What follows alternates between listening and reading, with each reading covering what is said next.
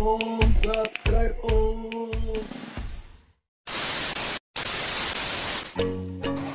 Halo, assalamualaikum Om Tante Brosis. Apa kabar pian semua? Semoga kabar pian semua sehat dan bahagia. Nah, kali ini Molestavis Channel membeli dua jenis cana yang berbeda.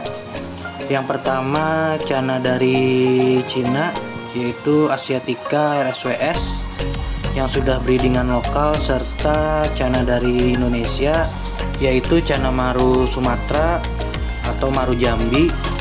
Oke Om Tante Brosis, namun sebelum mulai langkah baiknya pengen klik tombol subscribe, like, comment, and share channel ini agar Un semakin bersemangat dan memberikan informasi mengenai dunia perikanan di Kalsel.